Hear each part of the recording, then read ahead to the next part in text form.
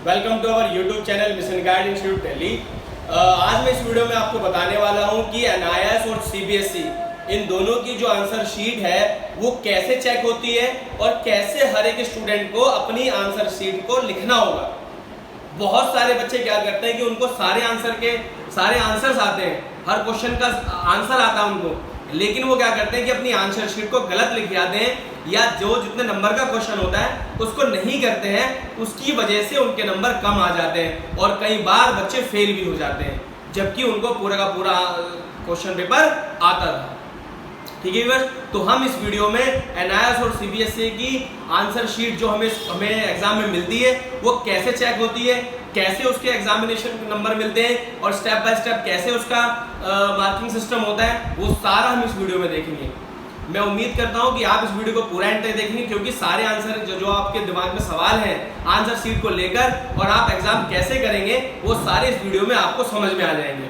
इससे पहले मैं आपसे रिक्वेस्ट करूंगा कि आप हमारे चैनल को लाइक और सब्सक्राइब कर लें और हमारा बेल आइकन भी प्रेस कर लें जिससे कि आप पर ऐसी इंफॉर्मेशन एजुकेशन की आती रहे। हम कई समय से आपको हर इंफॉर्मेशन देते आ रहे हैं, एनआईएस से रिलेटेड जितनी भी जानकारी थी हम आप तक वो समय तक पहुंचा देते हैं जिससे कि आपको घर बैठे बैठे वो इन्फॉर्मेशन मिल जाती है। जैसा कि हमारे पुराने स्टूडेंट्स हैं, व्यूअर्स, उनको पता है कि हमारा एक व्हाट्सएप ग्रुप है जिसका नंबर नीचे फ्लैश हो रहा है। वो एक व्हाट्सएप ग्रुप है जिस पर आप अपनी क्वेश्चंस पूछ सकते हैं, जिससे आप अपने कुछ भी डाउट, आपको एजुकेशन से रिलेटेड कुछ भी पूछना है तो आप उस पर जाकर पूछ सकते हैं। तो इस नंबर को आप सेव कर लें, आप अपने डाउट्स इस नंबर पर पूछ सकते हैं। सबसे पहले आपको क्या करना पड़ेगा, इस नंबर को सेव कर अपना नाम और अपनी क्लास हमें सेंड करना होगा जिससे कि हम आपको ग्रुप में ऐड करें। मैं उम्मीद करता हूं कि आपने हमारे चैनल को सब्सक्राइब भी कर लिया होगा, हमारी वीडियो को लाइक भी कर लिया होगा, बेल आइकन भी प्रेस कर लिया होगा और हमारे नंबर को सेव भी कर लिया होगा। चलिए व्यूअर्स, अब मैं वीडियो में बताता हूं कि कैसे क्या करना है। हम सब जानते हैं कि जब हम एग्जाम सेंटर पर जाते हैं तो हमें एक आंसर शीट मिलती है। ठीक है, वो आंसर शीट जब आपके हाथ में आती है तो उस पर आपको अपना नाम, अपना रोल नंबर, अपनी क्या कहते हैं किस दिन एग्जाम है और कौन सा सब्जेक्ट का एग्जाम है वो सब फर्स्ट पेज पे लिखना होता है। उसके बाद आपकी आंसर शीट खुलती है। तो बहुत सारे बच्चे क्या करते हैं कि क्वेश्चन देखा और काम करना शुरू कर दिया।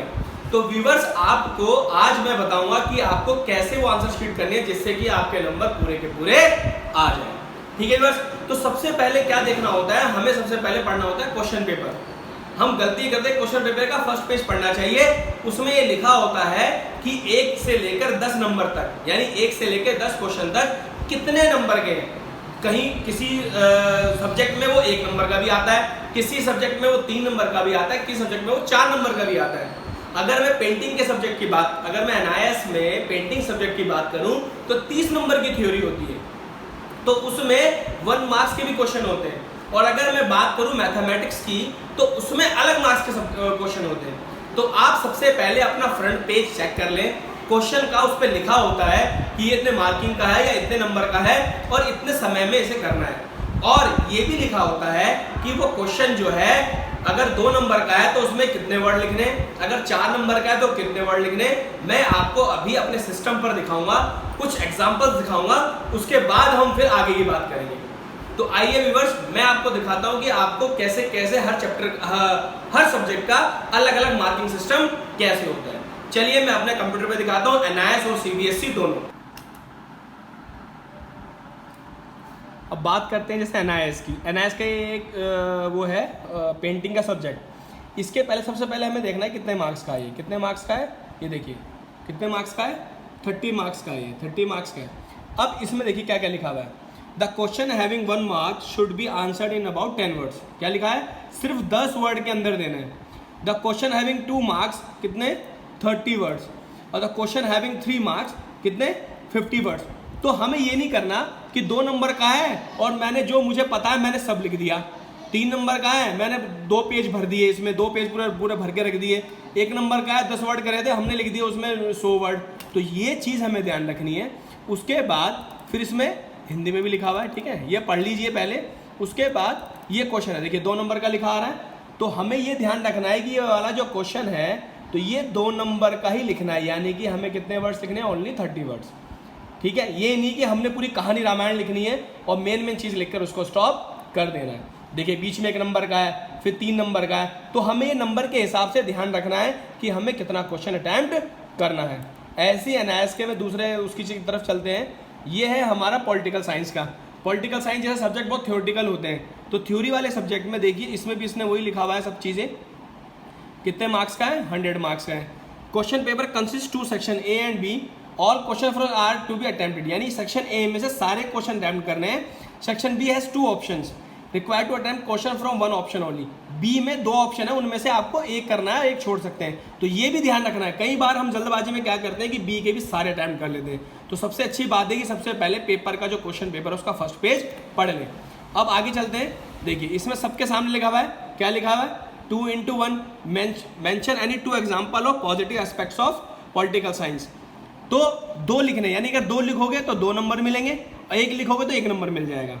अब ये नहीं कि इसमें कहानी लिखनी शुरू कर दो, ऐसे ही 2 नंबर का है, तो जो जितने नंबर का है उतने नंबर का आपको अटेम्प्ट करना पड़ेगा। देखो इसमें भी क्लासिफिकेशन दे रखा है कि आधे आधे नंबर के 4 हैं, 1 2 3 4, इनके बारे में जो भी आप क्लासीफाई करोगे तो पूरा पेपर में साफ साफ लिखा होता है कितने नंबर का आपको करना है।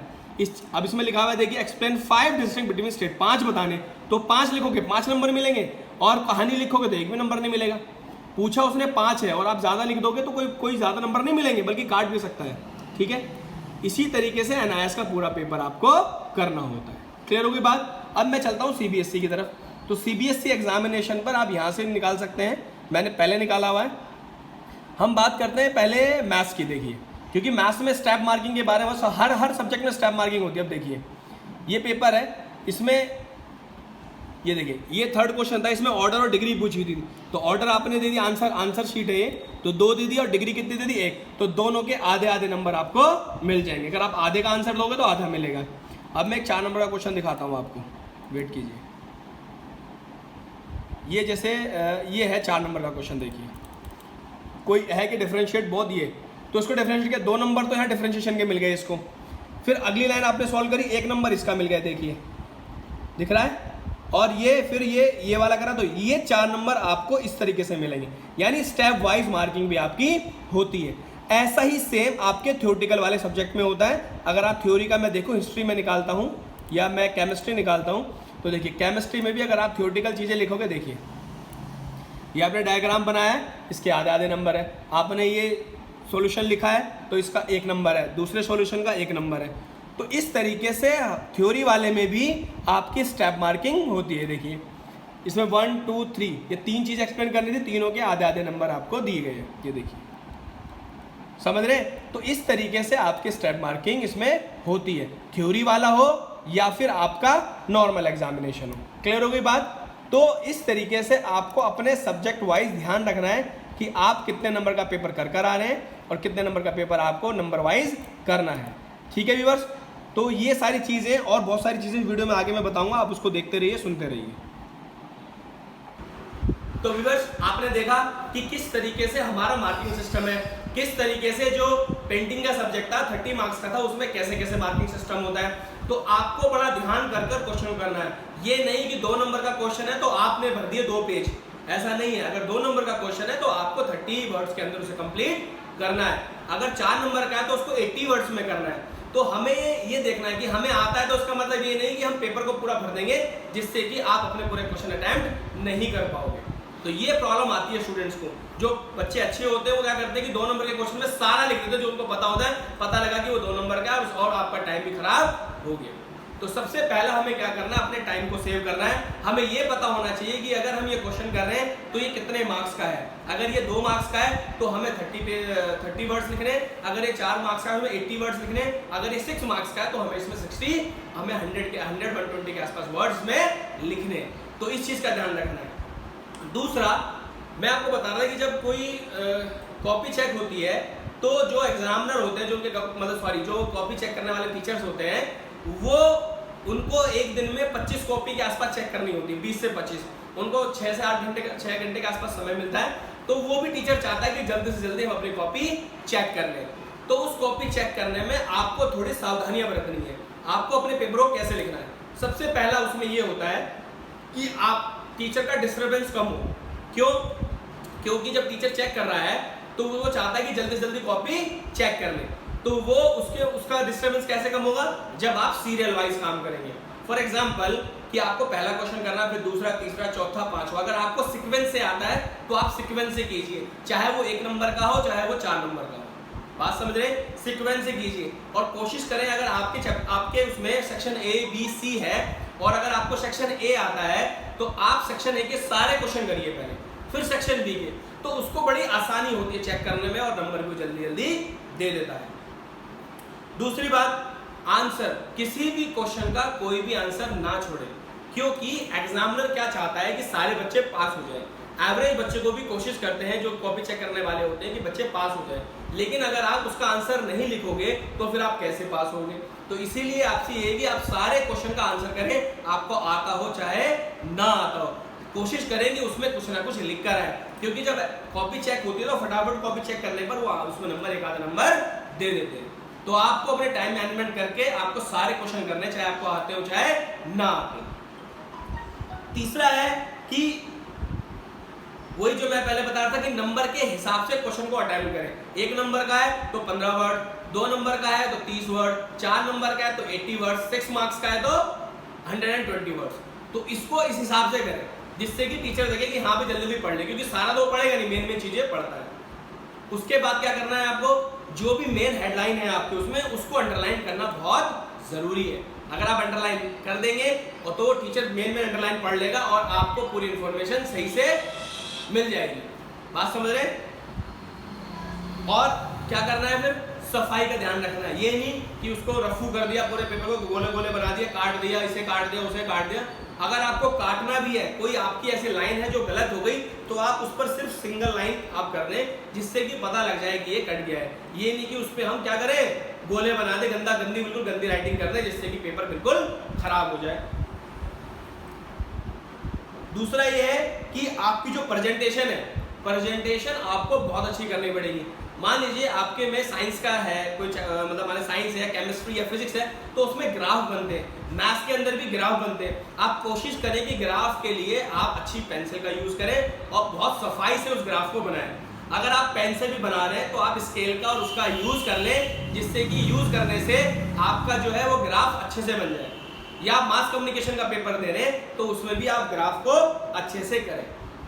और सबसे मेन राइटिंग, ये ना हो कि आपने पूरा रिकर्सिव राइटिंग पूरी लिख दी और टीचर को समझ में नहीं आ रहा है, आपको आंसर आता था लेकिन आपने रिकर्सिव राइटिंग लिख दी, तो वो भी नहीं करना है। आपको बड़े आराम से लिखना है, जल्दबाजी नहीं करनी है। आपके पास सफिशिएंट टाइम होता है और टाइम को मैनेज करने के लिए आप घड़ी को अपने सामने रख लें, देखते रहे बीच बीच में हर आधे घंटे में कि आपका कितना सिलेबस हो गया है, कितना क्वेश्चन आपने कर लिया, और क्वेश्चन पे टिक मारते चले जाए। टिक मारने से ये होता है कि मेरा क्वेश्चन हो गया, तो आपको हर आधे घंटे में ये पता होना चाहिए कि आप कैसे उसको कंप्लीट कर रहे हैं, कितना पेपर आपने कंप्लीट अपना कर लिया है। ठीक है व्यूअर्स, तो इस चीज का आपको ध्यान रखना है। काट दो ना उसको, आप चला रहे हो, काट दो, बाद में कर लेना।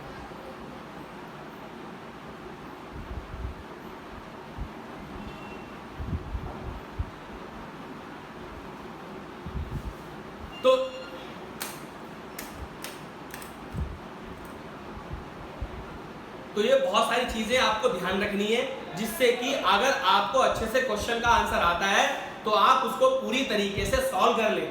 जैसा मैं दोबारा से बता देता हूँ कि आप सीरियल वाइज करें, सेक्शन ए सेक्शन बी के थ्रू साथ में करें, हर एक क्वेश्चन को प्रॉपर उसका आंसर दें, जितने वर्ड्स का है उतने वर्ड्स का ही उसका आंसर दें। ये ना हो कि आप ज़्यादा वर्ड्स यूज़ कर लें। आपकी अपनी सफाई जो राइटिंग है बहुत अच्छी होनी चाहिए। आपका जो ग्राफ अगर आप बना रहे हैं, कोई भी डायग्राम बना रहे हैं, बहुत अच्छे से बनाएं, अंडरलाइन करें, अच्छे से यूज करें। और एक बात और कि आप अपने क्वेश्चन का जो आंसर है उसका नंबर जरूर डालें। कई बार हम लोग जल्दबाजी में क्या करते हैं, लिखा हमने आंसर 2 लिखा और उसमें वो ए और बी था और ए बी लिखना भूल गए, तो टीचर भी उसमें फिर नंबर देने में दिमाग लगता है यार कितने नंबर का था। तो आप अपना जो आंसर है उसका जो नंबर है वो भी आप सही से डालें, आंसर सेकंड का ए या आंसर सेकंड का बी। तो ये बहुत सारी बातें आपको ध्यान रखनी है। अपने पेपर का प्रेजेंटेशन बहुत अच्छा रखना है, तभी आपको अच्छे नंबर मिल पाएंगे। ठीक है व्यूअर्स, मैं उम्मीद करता हूं कि काफी जानकारी मैंने आपको दे दी है। फिर भी आपको आंसर शीट से रिलेटेड कोई भी इश्यूज है तो आप हमें व्हाट्सएप कर सकते हैं, जो नंबर हमारे नीचे फ्लैश हो रहा है, या आप हमें यूट्यूब पे कमेंट कर सकते हैं, या हमारी वीडियो आपको कैसी लगती है उसके लिए भी कमेंट करें, जिससे कि हम अपनी वीडियो में बहुत सारे चेंजेस ला सकते हैं। ठीक है व्यूअर्स, आपके एग्जाम जुलाई में है जैसा कि अभी तक इन्फॉर्मेशन है।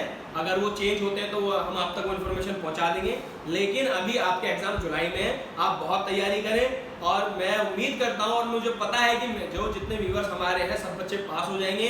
इस बार इजी मार्किंग सिस्टम होगा और आप सिर्फ और सिर्फ आपको पूरा पेपर अटेम्प्ट करना है। ठीक है viewers, thank you for watching this video. Best of luck. जय हिंद, जय भारत।